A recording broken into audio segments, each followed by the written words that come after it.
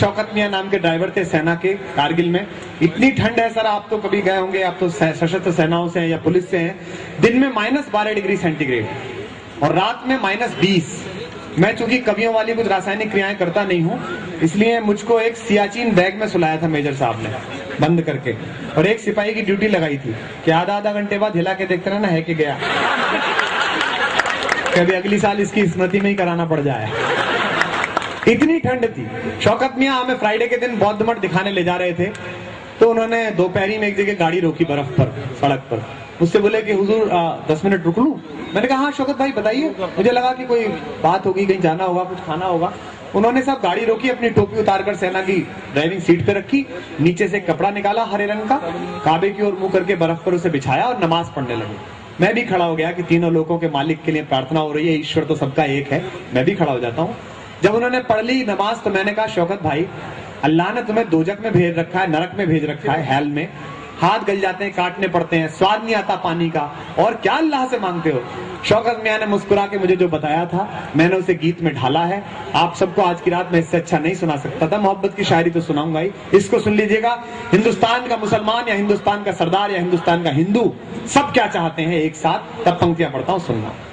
कि शोहरत न अता करना मौला, अता करना माने देना, आपकी वाह मिलेगी इस अगली पंक्ति पर, जागरूक होकर सुनिए। कि शोहरत, भाई साहब मोबाइल बंद कर लीजिए, रात के इतने बजे दो ही लोगों का आता है, या तो उधार वालों का या जुगाड़ वालों का।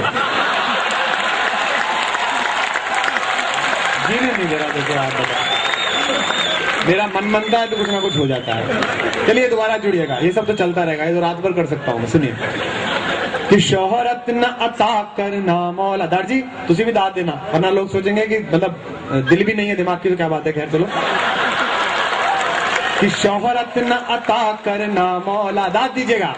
कि शोहरत न अता करना मौला, दौलत न अता करना मौला, आपकी वाह मिले अगली पंक्ति पर। कि शोहरत न अता करना मौला, दौलत न अता करना मौला, और वो अस्वीकार करता है, उसको मना करता है जो हर मुसलमान चाहता है। एक एक व्यक्ति की वाह उठेगी इस बार। कि शोहरत न अता करना मौला, दौलत न अता करना मौला, बसीत न अता करना चाहे, जन्नत न अता करना मौला। क्या कि बस इतना अता करना चाहे, जन्नत न अता करना मौला। शम्मे वतन की लो पर जब, शम्मे वतन की लो पर जब कुर्बान पतंगा हो, सबके हाथ खुलेंगे। शम्मे वतन की लो पर जब कुर्बान पतंगा हो, होठों पर गंगा हो, हाथों में तिरंगा हो, होठों पर गंगा हो, हाथों में तिरंगा हो। शोहरत न अता करना मौला, दौलत न अता करना मौला, बसेत न अता करना चाहे, जन्नत न अता करना मौला। शम्मे वतन की लो पर जब, शम्मे वतन की लो पर जब कुर्बान पतंगा हो, क्या होठों पर गंगा हो, हाथों में तिरंगा हो, होठों पर गंगा हो, हाथों में तिरंगा हो। क्या चाहते हैं हम सुनना? कि बस एक सदा ही सुने सदा, और लानत भेजिए उस व्यवस्था पर। आप बैठे कमिश्नर साहब, इसलिए नहीं कह रहा, अभिनव बिंद्रा को सलाम है चंडीगढ़ के बेटे को जो ओलंपिक से सोना लेके आया, लेकिन वो व्यवस्था न्याय करे कि उड़ती चिड़िया पर तीर साध कर 5 करोड़ मिलने वाले अभिनव बिंद्रा को 5 करोड़, और हिंदुस्तान की आजादी के लिए खतरा आतंकवादियों के सीने की गोली छेदने वाला मोहन राम शर्मा, उसके लिए 10 लाख रुपए। कौन इसका न्याय करेगा? और एक निर्लज्ज आदमी दिल्ली में बैठकर अमर सिंह कहते हैं कि फर्जी मुठभेड़ थी, 6 बहनों का भाई और जिसका बेटा अस्पताल में हो, वो खुद को खुद गोली मारने के लिए ऊपर चढ़ जाएगा।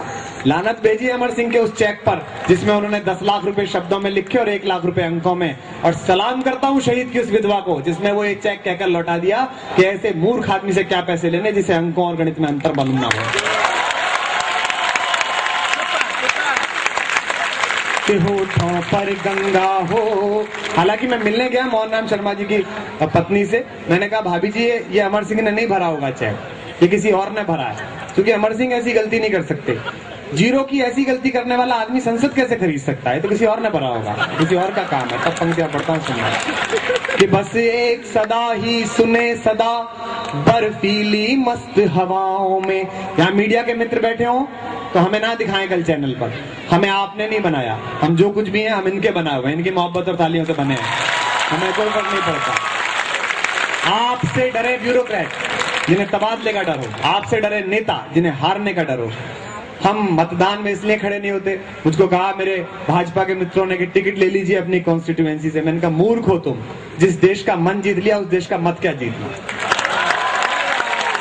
हम तो तुम ऊपर आते जाते रहोगे, इसलिए कहते हैं। और लानत भेजिए उस मीडिया की संवेदना की सोच पर। एक ऐसी टिप्पणी पढ़ूंगा कि आप हिल जाएंगे।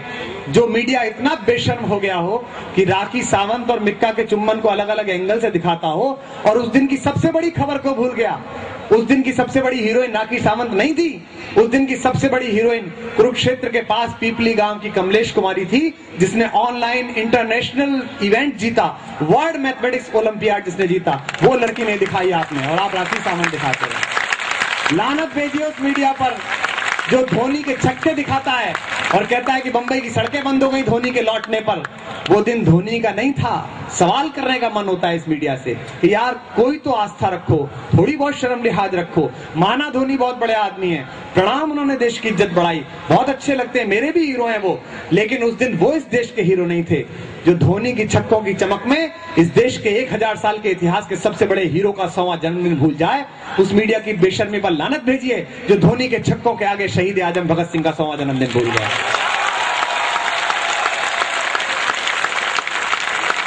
कि बस एक सदा ही सुने सदा बर्फीली मस्त हवाओं में। हम क्या कहना चाहते हैं? बस एक सदा ही सुने सदा बर्फीली मस्त हवाओं में, बस एक दुआ ही उठे सदा जलते तपते सहराओं में। इनके घर के बेटे तो जाते नहीं, सरदारों के, किसानों के बेटे जाते हैं। बाप खेत में हल चलाता है, बेटा वहां बंदूक उठाता है, और ये दिल्ली में बैठकर समझौता कर लेते हैं। उड़ीसा में एक मंत्री महोदय ने शहीद विधवाओं को ये कहने से मिलने से मना कर दिया कि 10-10 लाख दे तो दिए, और क्या करेंगे आपसे मिलके। मेरा मित्र विनीत, उसने उसी रात पंक्ति लिखी, उसके नाम लेकर उसकी अनुपस्थिति में पढ़ता हूं, जहां कहीं हो ताली पहुंचे। उसने कहा मंत्री महोदय से उसी मंच पर कि तुमने 10-10 लाख दिए हैं वीरों की विधवाओं को, यानी कीमत लौटा दी है वीर प्रसूता माओं को। लो मैं 20 लाख देता हूं तुम किस्मत के हेठों को, हिम्मत है तो मंत्री भेजे लड़ने अपने बेटों।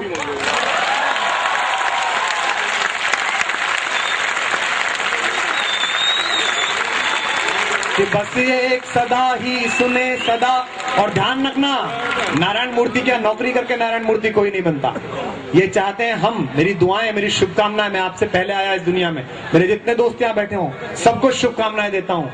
आप किसी नारायण मूर्ति की नौकरी ना करें, आप ऐसे नारायण मूर्ति बने कि आपके यहाँ पूरी दुनिया नौकरी करने के लिए आए। आप कुछ ऐसा काम करके दिखाओ कि बस एक सदा ही सुने सदा बर्फीली मस्त हवाओं में, बस एक दुआ ही उठे सदा जलते तपते सहराओं में। तिरंगे को याद रखिए और वाह करिएगा। जीते जी इसका मान रखे, मर कर मर्यादा याद रहे। अगली पंक्ति पर आप सबकी वाह और ताली चाहिए। जीते जी इसका मान रखे, मर कर मर्यादा याद रहे। हम रहे कभी ना रहे मगर इसकी सज धज आबाद रहे। हम रहे कभी ना रहे मगर इसकी सज धज आबाद रहे। गोधरा न हो गुजरात न हो, दोनों काम नहीं होने चाहिए। आखिरी पंक्ति पढ़ता हूँ, आपकी तालियां मिलेंगी तो पगली लड़की सुना दूंगा, जिसके लिए मुझे बहुत सारे लोगों ने कहा है। गोधरा न हो गुजरात न हो, गोधरा न हो गुजरात न हो, इंसान न नंगा हो, होठों पर गंगा हो, हाथों में तिरंगा हो, होठों पर गंगा हो, हाथों में तिरंगा हो, हाथों में तिरंगा हो। बहुत बहुत धन्यवाद, बहुत बहुत आभार आपका।